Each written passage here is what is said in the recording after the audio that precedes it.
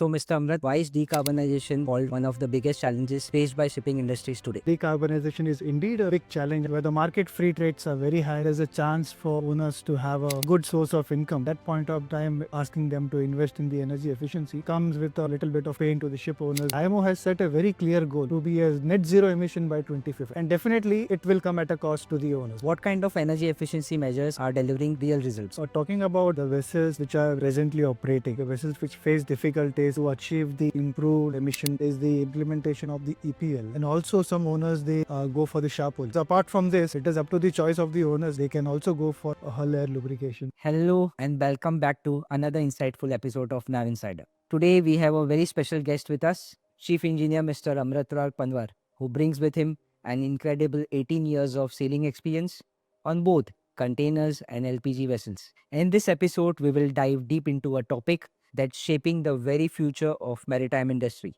decarbonization in shipping and the future of marine fuels. Chief Engineer Amrat will be sharing his thoughts, his expertise on where the industry is headed, what new regulations are coming up, and most importantly, how we as seafarers can adapt, repair, and stay compliant in a world that's moving towards greener oceans. It's going to be both technical and practical. So whether you are a cadet, an engineer, or even a master, this episode has something for everyone. So let's sail into the future of shipping. Chief Engineer Amrat Panwar, welcome on board Nav Insider. It's a pleasure to have you on Nav Insider. Thank you, Captain Dharmesh, and thanks for that a very good introduction. And thanking you on providing such a platform of this Nav Insider for sharing such kind of knowledge of decarbonization of shipping, where the industry is moving at a very good pace. And yes, of course, the crew members and the seafarers, they have to adapt to these new regulations. So yes, indeed, we'll speak about a lot about the maritime decarbonization. And definitely, as you said, that yes, we have something for everyone. So, Mr. Amrat, let us talk about the bigger picture today. Why is decarbonization called one of the biggest challenges faced by shipping industries today? As we are talking on the decarbonization of the shipping, and as you have very rightly said, that decarbonization is indeed a big challenge, and it is one of the biggest challenge in the shipping industry. And it is not an easy task for the owners to digest, where the market freight rates are very high, and there's a chance for owners to have a good source of income. And at that point of time, if someone is asking them to invest in the energy efficiency, so yes, it comes with a little bit of pain to the ship owners as well. And let me tell you that IMO has set a very clear goal of reducing the emissions by 70% by 2040. And the targets are very clear, to be a net zero emission by 2050. Yes, and definitely it will come at a cost to the owners. Going forward, the pragmatic assessment of the shipping industry, it says that the decarbonization is moving at a much slower rate than required. Okay, so it is not accelerating basically. Finally, what made the IMO and other global bodies finally act, especially after such a slow start? Yes, I think Captain Dharmesh, that's a very good question you have asked. So just again giving a very small information on the decarbonization, that even though IMO has set goals, but achieving these goals is not that easy task. It requires a lot of efforts. Okay, a lot of stakeholders has to be involved in this to achieve these goals. So setting goal is again easy, but achieving this is very difficult. Why IMO has taken a very late stand on the decarbonization of the shipping? I'm talking about very general, and in my opinion, there are various theories that they say that even though shipping is not a major contributor to the climate change, and we have oceans which is contributing approximately 70% of the Earth's space, and we know that this 30% of the land is a major contributor to the climate change. But a lot of theories, they say that this pollution is being neutralized by the ocean. And that is why IMO have to act on this to decarbonize the maritime industry, so that we can have a control on the global warming, where they say that there is a rise of 1.5 degrees Celsius and so on. So to have a control on that, IMO finally they took a stand, and they came up with the goals, as I said before, that they have a target of achieving net zero emissions by 2050. So although it is late, but yes, it is a very good initiative by IMO. So, as you discussed about the ambitious IMO goals, that is to achieve a complete decarbonization of shipping industry by 2050. So, in your opinion, how realistic these goals are, and how is the shipping industry actually moving towards these goals? So, talking about the realistic figures, okay. So, we can go from the facts and figures basically from the shipyard order books. So, a lot of owners they have taken that initiative, and it is very good to see that the ship owners they are coming forward and they are contributing towards the decarbonization of this maritime industry. It is very evident from the order book of what shipyard is telling. So, a lot of owners they have placed order for a new yard buildings where they have gone forward ahead and they have requested for the dual fuel engines, and that is what they think that the future of the shipping lies. They are very proactively thinking on the future fuels of the shipping. They are placing orders for the ships with the engines which can burn methanol, which can burn ammonia, which can even burn LNG. Okay, so that is how I personally feel that the goals which has been set by IMO is realistic, and it is achievable basically. So let us talk about fuels. Presently, what I believe around 93% of the maritime fleet still runs on conventional fuels. So what are the challenges for transition to carbon neutral fuels? That is ammonia, methanol, LPG, or even hydrogen. And does the existing fleet can be retrofitted, or will there be requirement for a completely new fleet? So that's a little bit of a tricky question, Captain Dharmesh. So let me start with explaining this that we take an example of our place where we had cars initially running on petrol and diesel, and then slowly it has been shifted to the so-called CNG as a fuel. Yes. Correct. And then slowly came the EV vehicles. So that is how I feel that as a nation, as a country, they are also contributing towards the cleaner environment. And the same goes for the shipping. If you see the shipping, eventually, as you said, the conventional fuels. So basically, those they were using HFO, VLSFO as a fuel. So by HFO, I would just like to tell to our audience, when we were using heavy fuel oil that had around 3.5% of sulfur content, then the shipping industry gradually started using VLSFO that has 0.5% sulfur content, and also we are using 0.1% sulfur content, that is LSMGO, whenever we are transiting emission control areas that are ECA areas. Very correct, Captain Dharmesh. As you said that initially the IMO has targeted the sulfur content of the fuel so as to reduce the SOx emissions from the vessel, which were eventually contributing to the acidic rate, and that is how they targeted the sulfur content in the fuel. But now eventually you see now the sulfur content is totally not so much into the picture, but now we have a bigger picture of global warming, so-called the climate change. Yes. So that is how the IMO has gone into something more into it, something called as a greenhouse gases. Yes. So now they are more focused on the greenhouse gases, so that the target of the IMO is to reduce the rise in temperature globally. Okay, and that is how all this greener fuels, or so-called, as you said, carbon neutral fuels, comes in. So if we talk about LNG, so we already have vessels with this dual fuel engines which are using LNG as a fuel. So this is tried, tested, and proven. So the only thing is that now it has to be implemented on other ships which are not LNG, or basically which are not carrying cargo as an LNG.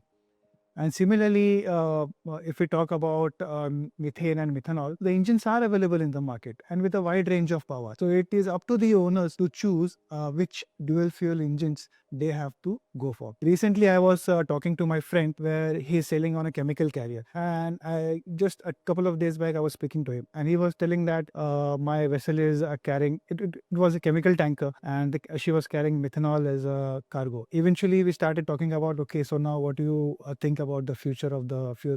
He said my vessel is already installed with the dual fuel engines, and after the tank cleaning, basically they clean the tank with the methanol, and that residue, or basically that leftover methanol after tank cleaning, which is not considered to be as a good for the cargo as in the tank, so that methanol they used and they consume it in the engine as a fuel. So that is what I think the owners also are getting benefited from it. Previously, I think they used to dispose it into the slop tanks and then dispose it to the shore. Yes. Okay, so that is how the green fuel is also helping, or the carbon neutral fuel is also helping the owners. Coming to ammonia, which is a carbon neutral fuel, the engines are still not available in the market. So we are expecting that these engines will be available in the market over coming 2 to 3 years. Okay. And we were talking about the infrastructure. So basically, even though these fuels are available in the market, or this type of engines are available in the market, still we don't have that kind of infrastructure. For LNG, if we speak, we have the bunker barges which can deliver LNG as a fuel only at a specific port. So if tomorrow, if say the industry booms and they say that, okay, all of the vessels are with the equipped to handle this LNG as a fuel, then I think there is a lack of infrastructure where every port around the world cannot deliver this. So that is one of the challenge which the owners may have, even after requesting the yards to install a dual fuel engines. So yes, so that challenge has to be taken up by the IMO or by the countries, so that these fuels can be delivered to the vessel. So the owners are ready to actually buy newer vessels with carbon neutral fuels, that is LPG or methanol. However, because of lack of infrastructure, they are lagging behind. Yes, a sort of thing, but if you speak about the owners, they are very much proactive in this, because once they place a order in the shipyard, they know that my ship will be running for next 25 to 30 years or 40 years, whatever it is. So they are looking in future 40 years ahead. So they want to invest right now, and they feel that, okay, if I'm investing so much in the shipyard at the new building stage or at the design stage itself, I don't want any extra cost to be involved in the future. So from the owner's perspective, they are very proactive. Now it is the responsibility of the IMO and the nations to provide that infrastructure. Basically, all the bodies needs to come together to execute this. Then only this is going to work out the way. Then only it is possible. Can you explain to our viewers, given that the fuel transitions are expensive and freight rates are high, how are ship owners responding? Also, is there any incentive structure in place that is helping ship owners to proceed towards decarbonization of shipping? You have rightly said that the owners has to be incentivized and to be encouraged. So IMO has come up with the framework of pooling of compliance, which can incentivize ship owners to invest in technologies to use alternative fuels. So the key element in the fleet compliance mechanism is for each ship to calculate a compliance balance, which indicates how the ship is above or below the required greenhouse gas fuel intensity, the so-called GFI. Okay, and it has to be in terms of absolute greenhouse gas emission. A ship with an attained GFI below the required GFI will have a positive compliance, and a ship with attained GFI above the required GFI will have a negative compliance balance. In other words, the attained GFI, if it is below the required level, the ship emits less greenhouse gas than the requirement and is said to have a positive compliance balance. Fleet level compliance can then be implemented in a several ways. One is to establish an explicit exchange of emissions. For example, a ton of CO2 equivalent, where the ships with a positive compliance balance can sell excess emissions unit to ships with a negative compliance balance. With limited supply of several carbon neutral fuels and the transition to an alternative fueled fleet taking time, other decarbonization solutions are required. Energy efficiency technologies and measures provide cost-efficient and predictable pathways to emission while reducing the demand of carbon neutral fuels. So that is what it is. Let us shift our focus to technology on board ships. What kind of energy efficiency measures are delivering real results? So talking about the vessels which are presently operating, which like the vessels which face difficulties to achieve the improved emission from the vessels. So there are a lot of off-the-shelf solutions available in the market, which are tailored to the specific need of the ship design. So the one which we will talk about and focus more on, which is currently the trend going in the maritime industry, is the implementation of the installation of the EPL, the so-called as the engine power limitation. And also some owners, they go for the sharp pulley, which is also called as a shaft power limitation. So these are also a sort of energy saving devices. And of course, apart from this, it is up to the choice of the owners, where they can also go for something like a hull air lubrication, which improves the energy efficiency by 7 to 8%. Also, the new paints which are available in the market, improved hull coatings, polishing the propellers, where with the help of the hull coatings, the frictional drag on the hull is reduced, thereby reducing the fuel consumption in the engine, and thereby improving the energy efficiency of the vessel. Also, apart from this, we have something called as roto sails, kites. So there are a lot of technologies and solutions available in the market to cater the need of the decarbonization of the shipping. And why we go for EPL? Because I would say that it is something very cost effective to the owners. And on top of that, straight away you improve your energy efficiency by 25 to 25 to 40%. 25 to 40%, and that also with least cost to the owners. uh, Sharing from one of my experiences, that we also have got installed this EPL on one of the vessels. So I think that cost came around to the owner somewhere in the range of $10,000 to $15,000, which is, I think, is a pretty cheap for the Yes, owners. yes. Rather than going millions of dollars in investing the roto sails, installing the kites, or installing a retrofit of hull air lubrication, so that it all comes to extra cost to the owners. And then the owner thinks, okay, if I'm investing say $1 million in the energy saving, so how will I recover from this? Okay. So, but the IMO and especially the EU ETS, they have also come with a concept that if some owners are volunteering to this, so we will give some relaxation on the what you say that you have to pay for the carbon emission what you have done in their waters. So they will be relaxing that price for that ship owners. So of course, yes, the authorities and the organizations, they are trying best from their side also to incentivize the owners, as we spoke before, to encourage the owners to install these energy saving devices on board. Can you explain how waste heat emission systems and wind propulsion systems are helping saving energy and going for energy efficiency? You have actually touched my feelings from that question, Captain Tamesh, because it takes back me to the ship when I was working as a fourth engineer. So I still remember that ship. That ship was, if I'm not wrong, it was roughly built in 1990s. I don't remember the exact year, but the way the vessel was designed in terms of energy efficiency, not even a single unit of energy was wasted on that ship. And you're talking about 1990 build vessel. 1990 built vessel. So those vessels were having fin stabilizers, like it will come out. It was a container vessel, okay, not a passenger vessel or something. It was a container vessel where the fins will come out. It will stabilize the ship, thereby again reducing the emission on the emission from the engines.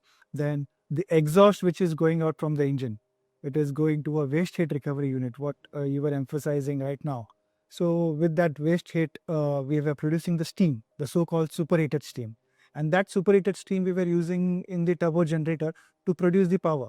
And that power was so much in ample. Just imagine that it was in excess to the requirement of the vessel. Okay, so we were producing approximately 1 megawatt of the power, and the ship requirement was only 750 kilowatts. So just imagine we have a surplus of 250 kilowatts. So what to do with that? So they had a solution for that also. So that vessel was also installed with a shaft generator. Now that shaft generator was having a special feature of power taking and power takeout mode. Oh, okay. So when the power is required, the shaft generator will produce power and it will send it to the main switchboard. Now when there is excess power, which is the case now, we have a 250 kilowatts of extra power. So what will happen? That shaft generator will act as a motor and it will turn the engine. It will assist, thereby reducing the load on the engine. So what will happen? The fuel consumption of the engine is reduced. Okay, so this is how like we have a technologies in the market to reduce the emission. It is only up to the owners that how much they are ready to invest in that. So recently, I was reading one of the articles regarding decarbonization in shipping, and there was one of the most interesting thing mentioned, that was onboard carbon capture. So how does it work, and how far we are from seeing it widely being adopted? Onboard carbon capture system. This is one of the solution where it is like we have seen a trend of increasing interest where the ship owners and the shipping industry, they are more inclined towards this type of technologies. So first, let us understand what is onboard carbon capture system. So I hope the people know about the EU ETS, which is the European Union Emission Trading System, which is more focused on reducing the greenhouse gas emission from the ship. So what they have done, the European Union, is that if your vessel is coming in to our port, and if your vessel is contributing to the greenhouse gas emission, so and if no measures are taken in place to reduce this emission, then probably there will be some a taxation which will be imposed on the vessel. Okay, so and it all depends on the fuel figure what you are sharing with the port authorities. So whatever CO2 you are releasing into their waters, it will be calculated based on your fuel consumption. And say, for example, you have released 40 tons of CO2 into the atmosphere, and say 1 ton of CO2 is somewhere around $350. So 40 tons of CO2 into $350, and that much of amount the owner have to pay to the authorities. So that is now an extra burden to the owners. So that is how the carbon capture system, what we call as CCS, or the carbon capture storage also comes into the picture. So now this system is very flexible basically. It is as good as like your AGS, what was previously been followed, like to reduce the SOx emission from the vessel. So this goes exactly and get retrofitted somewhere near your funnel. And what exactly is happening that they have a small system installed on board, and the exhaust gas of the main engine is been it's made to pass through this unit. So in this unit, what happens? There are a lot of chemical reactions going on. I'll not go into the technicality of that, but the CO2 is being captured from that exhaust gas, and this CO2 is in the gas form. So we have a plant on board that liquefies this CO2 and it stores in a storage container or a vessel which is on board. So thereby the vessel which is in the European port, for example, now because EU ETS is going much stricter and stricter. So basically the vessel is not emitting any CO2 now into the vessel. So the owners don't have to pay anything. So they are saving a lot of money on that by implementing onboard capture system. onboard capture system. And once this is captured on board and stored in some tank, they can discharge it later on to some shore reception facilities. Yes, they can discharge it to the shore reception facility, but not to all shore reception facility. Okay. The reception facility should be equipped to handle this CO2 and dispose it correctly. Okay. So now what will happen? Say I have avoided releasing CO2 into the atmosphere. I have kept in a liquid form on board on a container.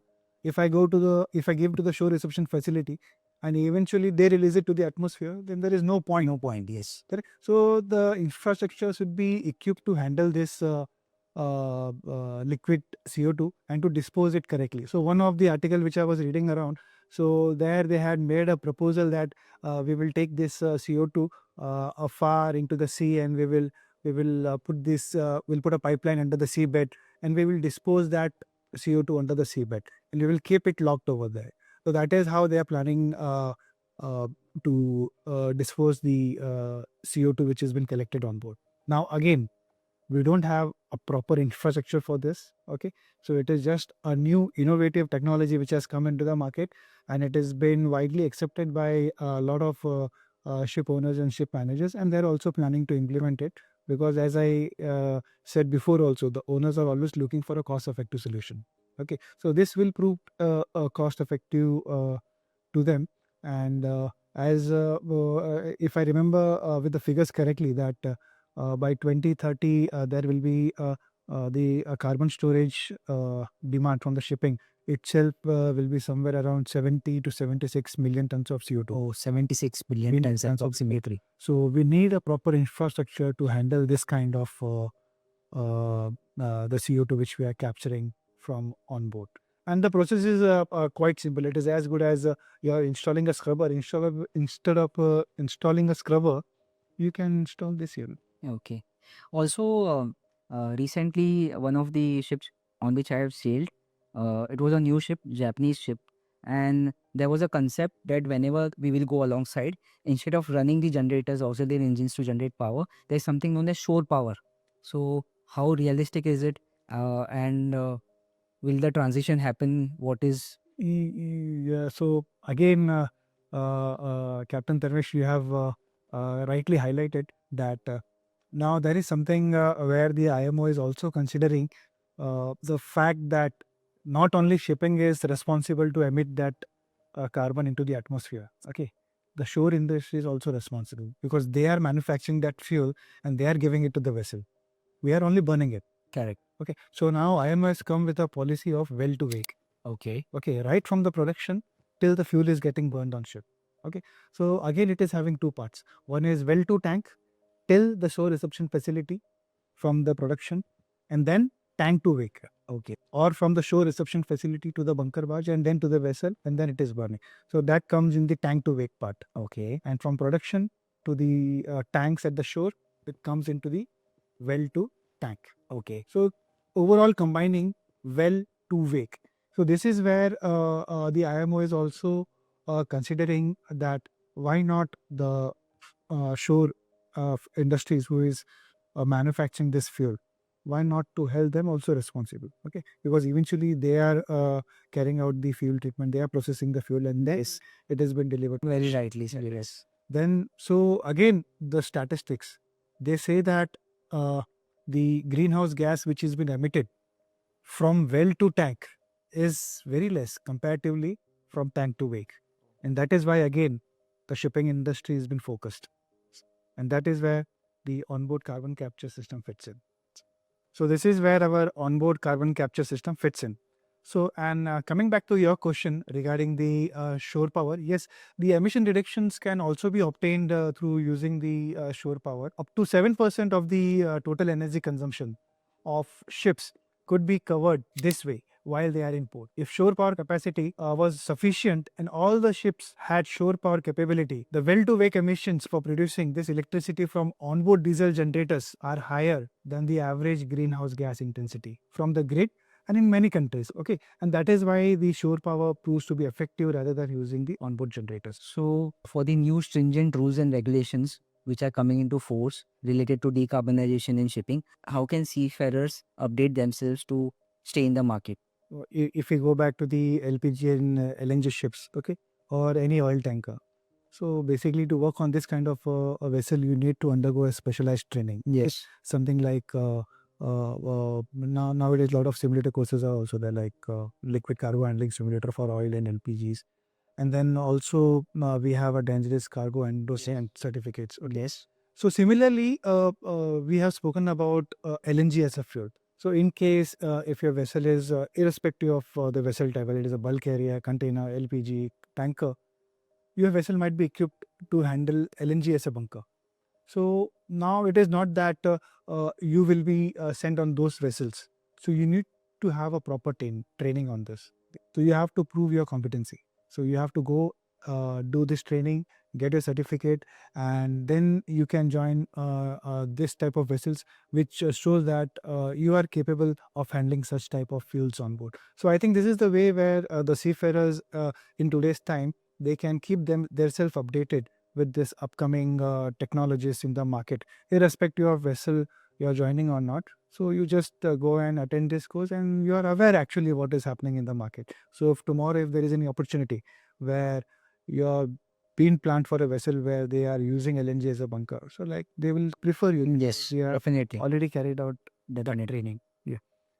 For our viewers, especially seafarers, can you just simplify SEEMP 1, SEEMP 2, SEEMP 3 in maritime industry? All these measures was IMO has adopted. Why SEEMP 1 came into force, then why SEEMP 2 came into force, why SEEMP 3 was required, some certification requirements under this. So, talking about SEEMP 1, SEEMP 2, and SEEMP 3, basically the whole process, if I talk in a nutshell, so this is like focused on decarbonization of shipping itself.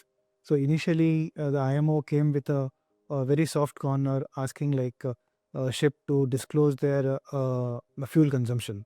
So, that is how they all started, and by reducing the energy consumption on board. So the SEEMP part 1 came into picture, and at that point of time, it was not mandatory to have any approval in place. Okay, then the IMO thought maybe this is not working out, and then they came up with SEEMP part 2, where it becomes mandatory that you have to get your plans approved, and that is how, and you have to disclose all your fuel consumption, which is. So you're talking about shipboard energy efficiency management. Yes, yes. So in SEEMP 1, it was not required to be approved by the class or by flag. Yes, yes. But now in SEEMP 2, it is required to be approved. Yes, yes, correct. And from henceforth, you you're also submitting your report to the IMO or data collection system, which is also called as IMO DCS. Yes. And if your vessel is trading into European Union, then you have to submit it something like called EU MRB. EUMRB, yes. And once you submit this data, mostly to the classification society,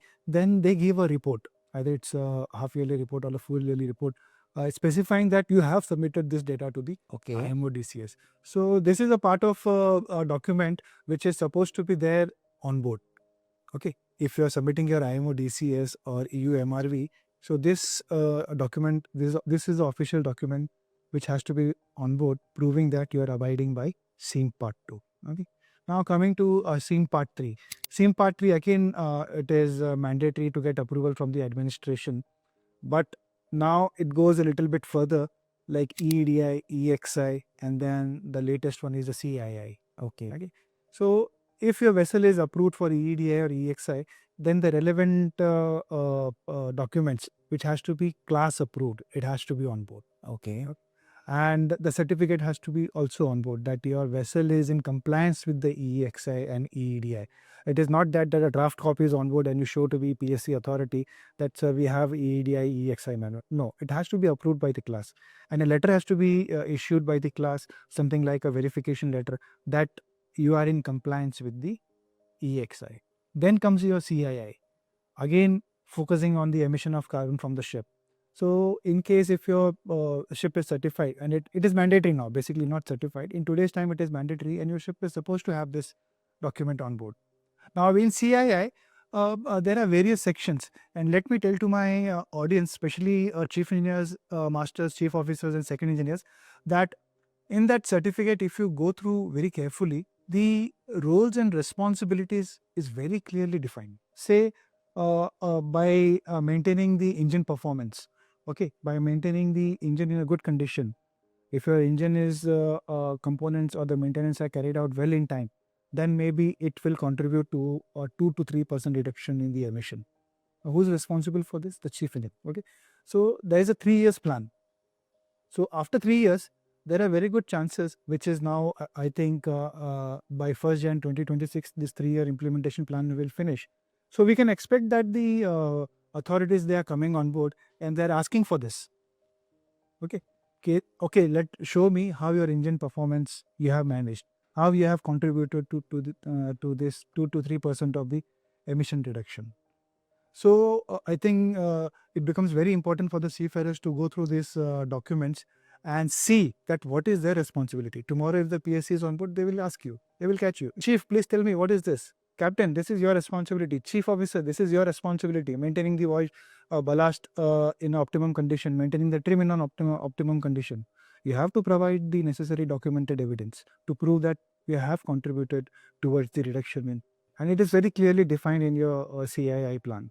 So to my viewers, I would just like to elaborate what Chief was actually talking about. EEXI is Energy Efficiency Index for existing vessels. EDI is Energy Efficiency Design Index. And CII is Carbon Intensity Indicator. And that brings us to the end of this incredible, insightful episode. A big thank you to Chief Engineer Amrat Panwar for sharing his expertise and giving us a clear picture of what decarbonization really means for shipping and for the seafarers. From the upcoming IMO regulations to the future of fuels like methanol, ammonia, and LNG, this conversation has highlighted how the maritime industry is evolving and how we, as professionals, must evolve with it. Remember, the shift to a greener maritime world is not just about new fuels and technologies, it is also about a mindset change and continuous learning. If you found this episode valuable, don't forget to like, share, and subscribe to Nav Insider. And let us know in the comments what topics you'd like to cover us next. I am Captain Dharmesh. Thank you for joining me on Nav Insider. Until next time, stay safe and sail smart.